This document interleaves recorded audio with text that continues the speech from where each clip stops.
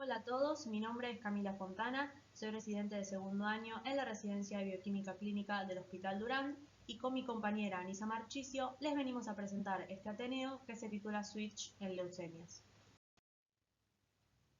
A modo de introducción les vamos a contar acerca de un caso clínico de nuestro hospital que fue el que nos motivó a elegir esta temática.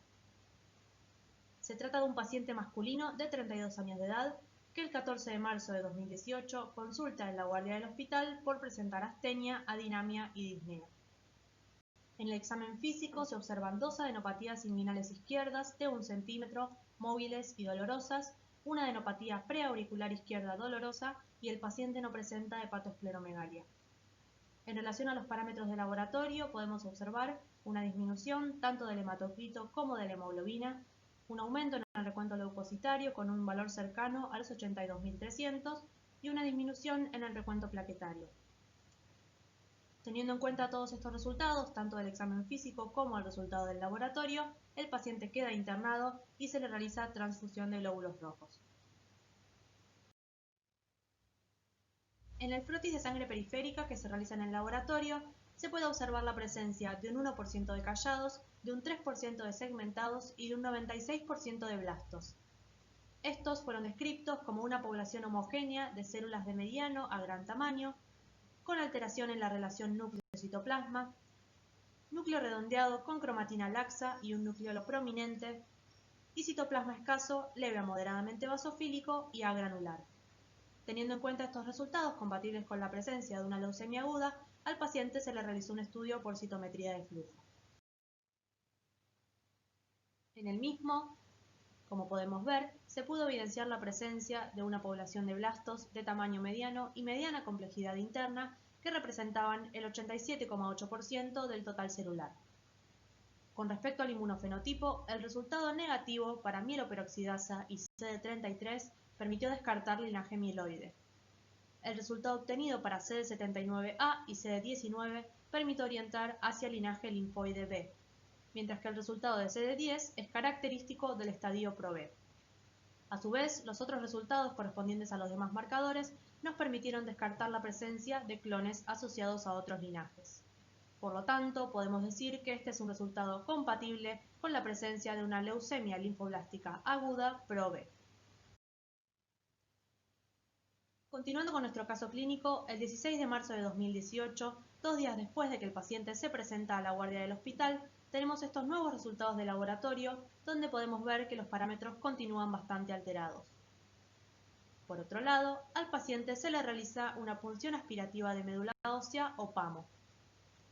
En el medulograma se puede observar la presencia de un 86% de blastos y una médula infiltrada con células con características similares a las células de sangre periférica, como podemos observar en la imagen inferior derecha. Entonces, para entrar un poco en lo que es el diagnóstico de nuestro paciente y hablar de la parte teórica del mismo, vamos a hablar en primer lugar de lo que son las leucemias agudas. Estas son patologías resultantes de la proliferación neoplásica de células hematopoyéticas.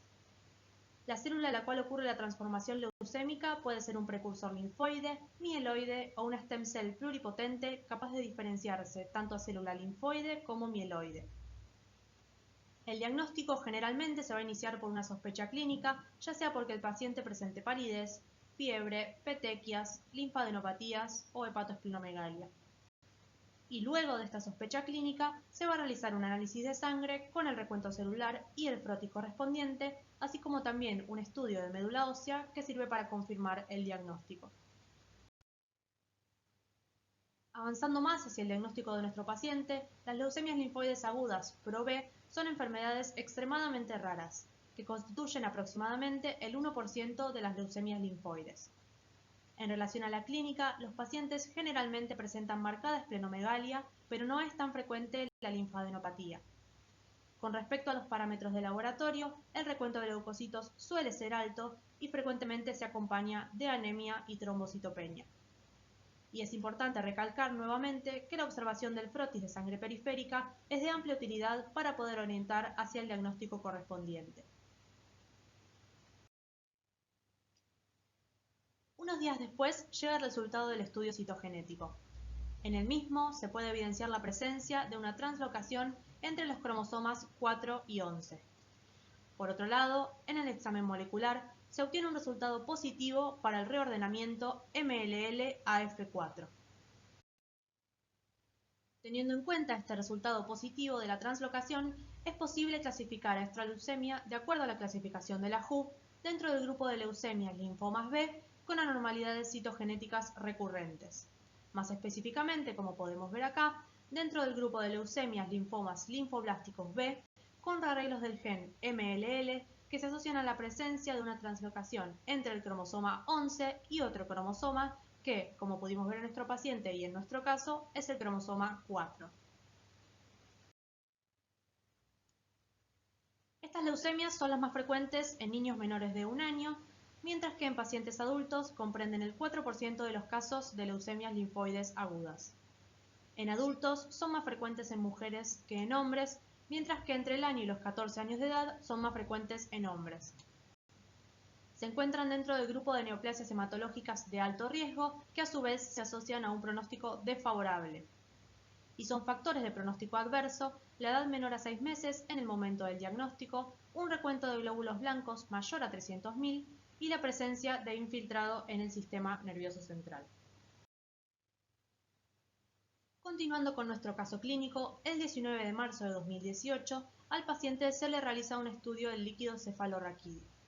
La citometría de flujo permite evidenciar la presencia de una población de blastos linfoides de pequeño tamaño y baja complejidad interna que representan un 70,7% del total celular y cuyo inmunofenotipo, como podemos ver, es igual al inmunofenotipo de las células observadas en sangre periférica. Por esta razón podemos decir que nuestro paciente presenta infiltración del sistema nervioso central. Teniendo en cuenta el diagnóstico previo y sumado a este resultado, el paciente inicia tratamiento de acuerdo al protocolo GATLA Pediátrico 2010, al ser esto una leucemia que presenta buena respuesta frente a este tipo de tratamiento. A nivel general, el tratamiento de las leucemias agudas va a estar constituido por 3 fases. La primera fase es la fase de inducción, que se caracteriza por ser intensiva y de corta duración, y tiene como objetivo eliminar las células leucémicas de la sangre y reducir el número de blastos en la médula ósea a un nivel normal. Para el protocolo de nuestro paciente, esta fase va a ser llevada a cabo con dexametasona, vincristina, citarabina y etoposide. La segunda fase es la fase de consolidación, que se va a dar en ciclos, en los que cada periodo de tratamiento es seguido por uno de descanso para permitir que el paciente se recupere, y tiene como objetivo destruir el pequeño número de células leucémicas que aún permanecen pero que no se pueden ver. A las drogas anteriores se van a sumar la ifosfamida y el metotrexate. Por último, tenemos la fase de mantenimiento prolongado, que va a ser llevada a cabo con dexametasona, vincristina, metotrexate, ciclofosfamida y doxorubicina. Es importante recalcar que todos los esquemas de tratamiento y en todas las fases incluyen profilaxis o tratamiento a nivel intratecal. Continuando con el caso clínico y para que veamos la evolución de nuestro paciente, el día 26 de marzo, que es el día más 8 del tratamiento con GATLA, podemos ver este nuevo resultado de laboratorio donde se observa que el recuento leucocitario, producto del tratamiento, cayó a un valor de 1390. Por otro lado, tanto las plaquetas como el fibrinógeno continúan disminuidos. Ese día, en el frotis de sangre periférica, se puede observar la presencia de un 4% de blastos. 8 días después, podemos ver que no se producen variaciones significativas en relación a los parámetros de laboratorio y ese día al paciente se le realiza una PAMO de reevaluación. En la misma, el medulograma resulta no evaluable debido a la baja celularidad y la citometría de flujo revela la presencia de blastos linfoides B por debajo del límite de cuantificación, pero a su vez muestra la presencia de células atípicas que, como podemos ver, son CD19 negativas. Teniendo en cuenta estos resultados discordantes, se solicita una nueva muestra. Continuando con la evolución de nuestro paciente, 2 días después al último resultado, podemos ver que se realiza un nuevo estudio de líquido cefalorraquídeo, que en este caso arroja un resultado negativo. Y finalmente, 4 días después, al paciente se le realiza la PAMO solicitada de acuerdo al resultado discordante obtenido en la anterior. En este caso, lo que se puede ver es la presencia de una población de blastos de gran tamaño y alta complejidad interna que representa el 42% de la celularidad total. En relación al inmunofenotipo, como ya pudimos ver, se produce un cambio en la expresión de CD19 y por otro lado, se obtiene un resultado positivo para CD11b, CD33, CD64 y HLA-DR, los cuales son marcadores monoblásticos.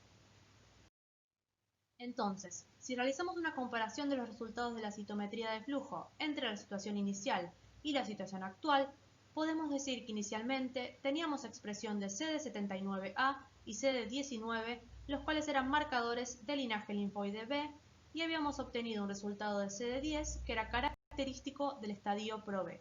Por estas razones se había podido arribar al diagnóstico de leucemia linfoblástica aguda Pro-B.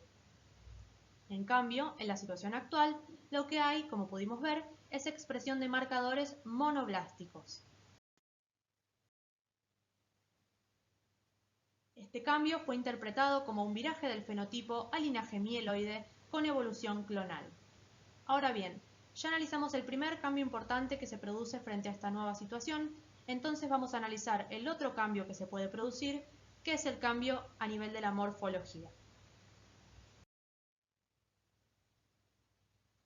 En este caso, lo que vamos a poder ver son células de gran tamaño con citoplasma moderada a intensamente basofílico. Poseen núcleos redondos con uno o más nucleolos prominentes y a su vez pueden presentar gránulos azurófilos y vacuolas. Es importante recordar que en el momento de realizar el recuento celular, el promonocito se considera un equivalente del blasto. En estos casos, la médula ósea suele ser hipercelular, mostrando una población predominante de blastos poco diferenciados y de gran tamaño. Entonces, si al igual que lo hicimos con la citometría de flujo, hacemos una comparación de la morfología entre la situación inicial y la situación actual, podemos ver que existen claras diferencias morfológicas. Lo primero que nos llama la atención en esta imagen a igual aumento es el tamaño, siendo las células, en el primer caso, mucho más pequeñas. Ahora, si observamos una imagen a mayor aumento, podemos ver que existen otras diferencias morfológicas. Por ejemplo, en el primer caso, las células poseen núcleos más redondeados y citoplasmas escasos. En cambio, en la segunda imagen, podemos observar que las células poseen citoplasma más abundante y el núcleo, si bien, como ya dijimos, es redondeado, en comparación con las células de la primera leucemia, tiene una forma más irregular. Entonces, frente a esta nueva morfología que nos orienta hacia la presencia de un nuevo diagnóstico que, como ya vimos, pudo ser confirmado por la citometría de flujo, vamos a hablar ahora de esta nueva leucemia aguda que presenta nuestro paciente. Dicha leucemia es una leucemia monoblástica aguda. Estas constituyen menos del 5% de los casos de las leucemias mieloides agudas. Son más frecuentes en individuos jóvenes. Se caracterizan por presentar en sangre periférica o en médula ósea más de un 20% de blastos y más del 80% de las células son de linaje monocítico. Generalmente los pacientes suelen presentarse con síntomas de sangrado. Lo que nos falta ahora para completar el diagnóstico de esta segunda leucemia es el resultado del nuevo estudio citogenético. El mismo, como podemos observar, llegó unos días después y permitió evidenciar la presencia de la translocación entre los cromosomas 4 y 11, que era la misma translocación que poseían las células de la primera leucemia.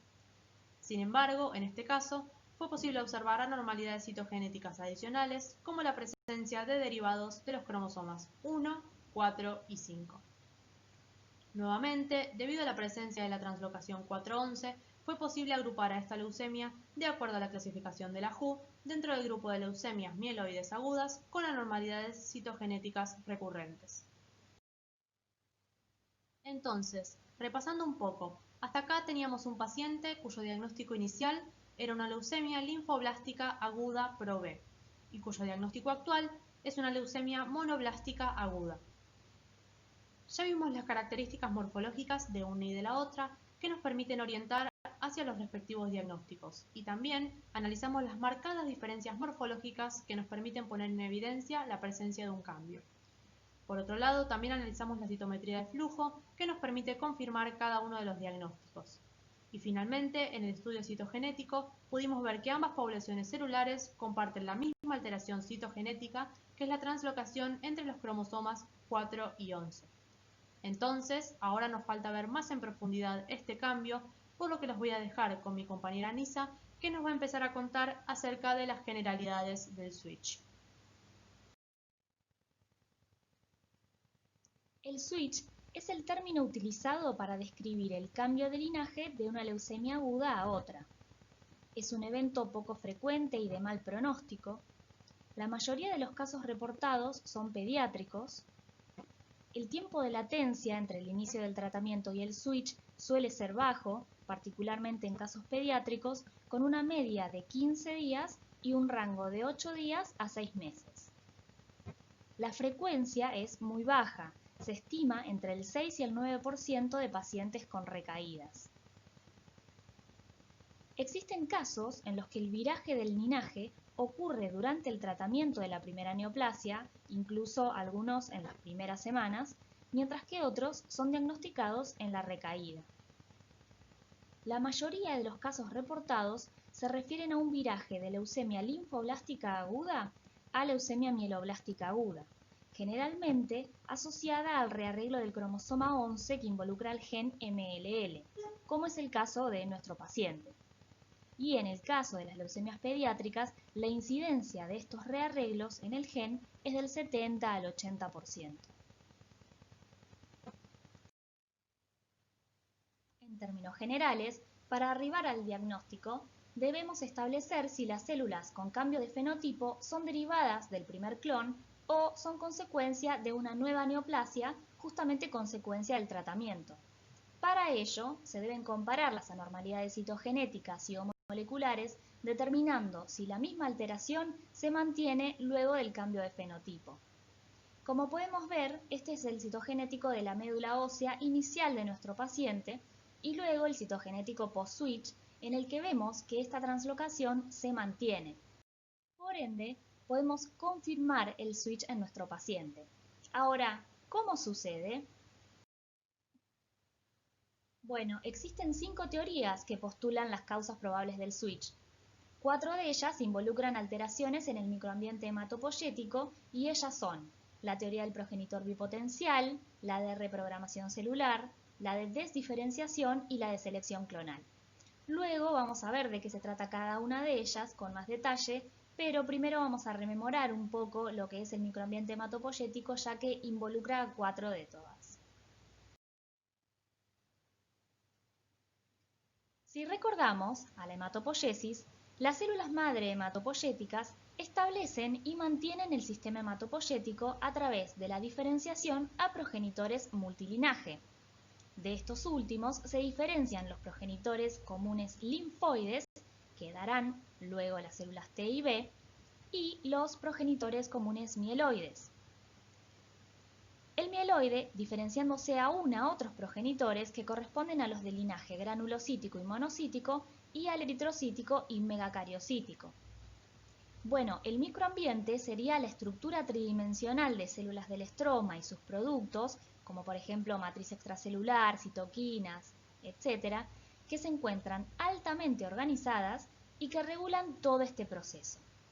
Cumplen un papel fundamental en la proliferación y diferenciación de las células. Entonces, ¿por qué estaría involucrado en la mayoría de las teorías de las causas del switch? Por todo este control y regulación que ejerce. Vemos que influye en el inicio y en el progreso de la enfermedad y que influye también en la eficiencia de las terapias. Un punto importante a destacar es que mientras más diferenciadas están las células, menor es el potencial de linaje. Y este potencial de linaje es controlado por una combinación precisa de factores de transcripción. Dentro de ellos tenemos unos muy importantes que son los reguladores masters específicos de linaje. Ejemplos de ellos son PU1 y SEPBA, que regulan el destino mieloide, GATA1, que regula el destino eritroide, PAX5 e Ícaros, que regularía a células B. Y por último, mediante la alteración de los niveles de estos factores, se puede modificar o reprogramar el potencial de linaje. Un claro ejemplo es lo que sucede ante la pérdida de PAX5, en el que comprobaron que se reprograma de células B a estirpe mieloide. Hay muchos más que se encuentran en estudio en modelos de ratones. Entonces, recapitulando un poco, les había comentado que el microambiente y sus alteraciones estaba involucrado en 4 de las 5 teorías que postulan la causa más probable del switch. Bueno, ahora vamos a ver cuáles eran estas 5 teorías. Tenemos al microambiente y en primera medida la teoría del progenitor bipotencial. Esta teoría postula que existe un progenitor común aún no diferenciado, como puede ser un stem cell pluripotente, que tiene el potencial de diferenciarse tanto a linaje linfoide como a mieloide.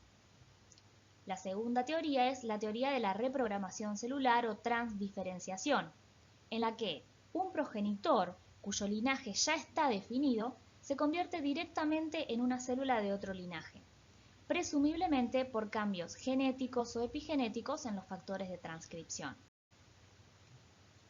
La tercera teoría es la teoría de la selección clonal o selección inducida por quimioterapia.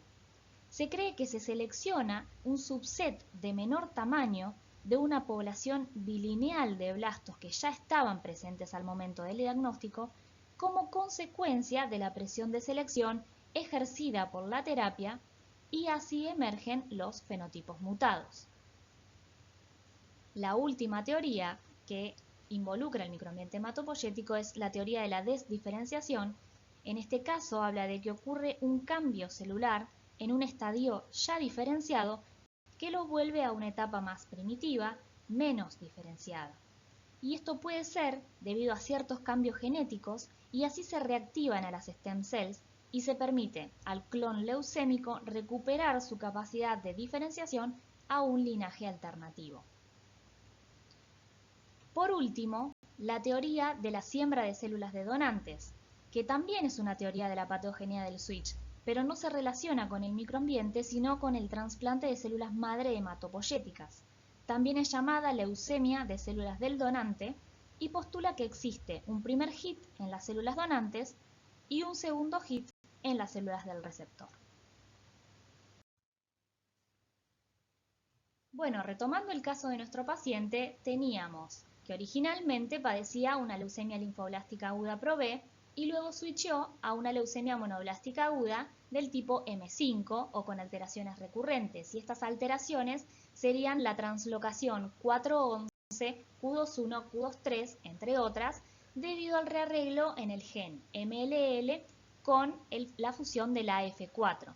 Entonces, bien, veamos de qué se trata un poco más esta translocación.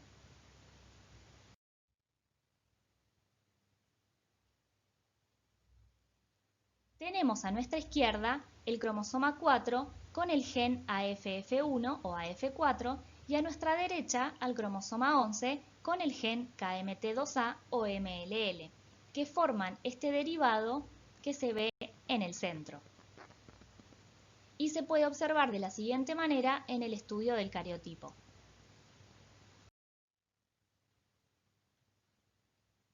Veamos a cada uno de estos genes las funciones que cumplen y luego un poco más sobre el derivado también.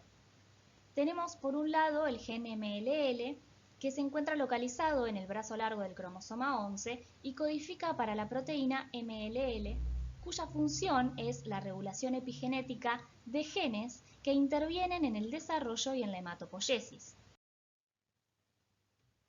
Fisiológicamente, para que esta proteína MLL pueda actuar, es clivada y activada por la aspasa 1. De esta manera, sirve como plataforma de ensamblaje para un complejo multiproteínico y este complejo tiene la capacidad de unirse a regiones promotoras y alterar así la transcripción génica. ¿Por qué? Porque es capaz de leer y escribir firmas de cromatina y también acetilaristonas. Retomando con el gen MLL, puede formar derivados con múltiples genes de fusión.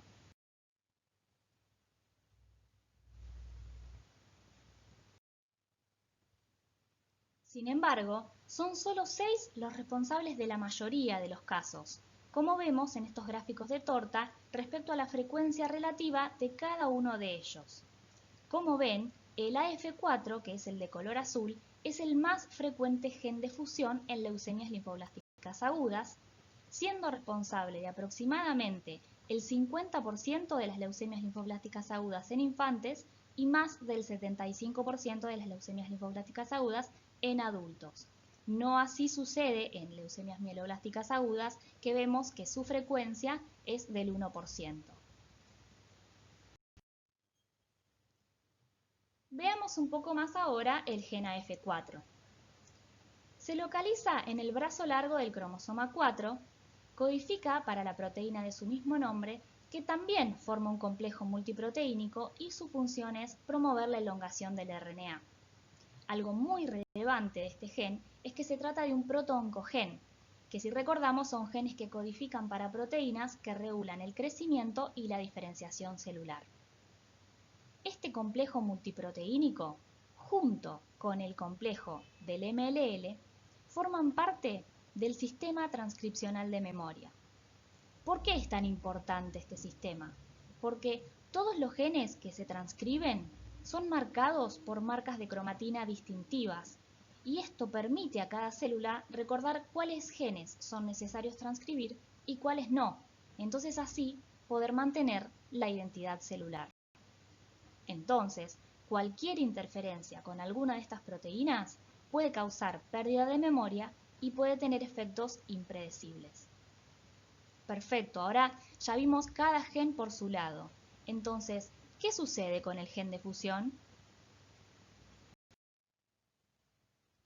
Lo que sucede cuando se produce este rearreglo encontrado en el paciente es que se destruye todo el mecanismo regulatorio intrínseco, y esto lleva a una desconexión de los sistemas de control.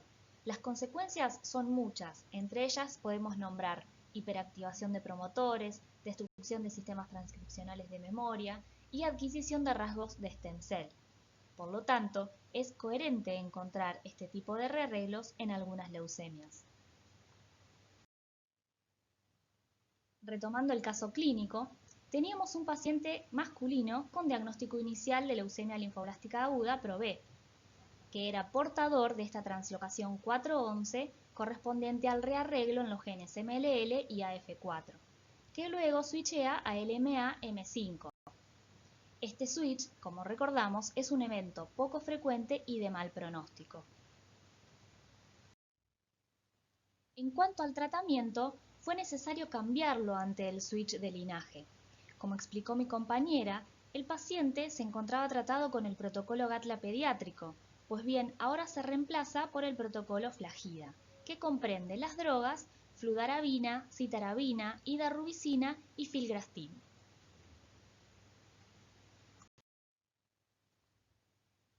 Para que este nuevo tratamiento pueda establecerse lo antes posible, es muy importante el diagnóstico rápido del cambio del linaje. Sin embargo, cabe destacar que debido al mal pronóstico de esta enfermedad, muchas veces esto no es suficiente. Hay diferentes trabajos que estiman un tiempo de supervivencia de alrededor de 30 días en un rango que va de los 7 días a los 65. Bueno, continuando con el caso clínico, al día más 9 de la implementación del protocolo Flagida, el paciente refiere cefalea y se evidencia hemorragia cerebral en la tomografía correspondiente. Luego de 3 días progresa el sangrado, si recordamos los valores de fibrinógeno eran muy bajos. Al día más 14 requiere oxígeno y es trasladado a la unidad de cuidados intensivos. En el día más 20 el paciente ya necesita de asistencia respiratoria mecánica y sufre de un infarto cerebral. Y finalmente, 3 días más tarde, ovita, lo que tiene coherencia con lo dicho anteriormente de que el tiempo medio de supervivencia era de unos 30 días. Bueno, ya para ir finalizando, les trajimos estas nuevas terapias, ya que los resultados con las terapias convencionales no son buenos. Estas terapias incluyen inhibidores proteasomales, inhibidores de desacetilasas de histonas, agentes hipometilantes, inmunoterapia y también hay en la fase de ensayos clínicos terapias dirigidas con inhibidores específicos. Todo esto para mejorar el pronóstico de los pacientes. Y para finalizar, queremos resaltar los puntos que consideramos más importantes, comenzando por la baja frecuencia con la que sucede este cambio de linaje, cuya fisiopatología no ha sido aún completamente dilucidada. El switch se asocia a rearreglos del gen MLL en el cromosoma 11 con múltiples genes de fusión. Si recordamos, el de mayor frecuencia relativa en LLA era el AF4, que es el que se encontró justamente en nuestro paciente. En la mayoría de los casos se observa un cambio de fenotipo de leucemia linfoblástica aguda a leucemia mieloblástica aguda, más precisamente de LLA pro B a leucemia monoblástica aguda o M5, que también fue lo que sucedió en nuestro paciente. No nos cansaremos de recalcar la importancia de la correcta evaluación del frotis de sangre periférica, ya que como vimos, los cambios morfológicos son notorios, y esto conllevaría a poder arribar al diagnóstico precozmente. Esto es tan importante porque, como vimos, este evento está asociado a un mal pronóstico, y ayudar a que se arribe al diagnóstico más rápidamente es esencial para poder implementar luego el nuevo tratamiento lo antes posible. Finalmente, mencionar que en la actualidad existen múltiples tratamientos que se encuentran en estudio y que podrían mejorar los pronósticos tan desfavorables de estos pacientes. Esta fue la bibliografía consultada y queremos agradecer en primera medida a nuestras compañeras de residencia por todo su apoyo, por todas las veces que nos escucharon y lo que nos ayudaron, y a todos ustedes por su atención.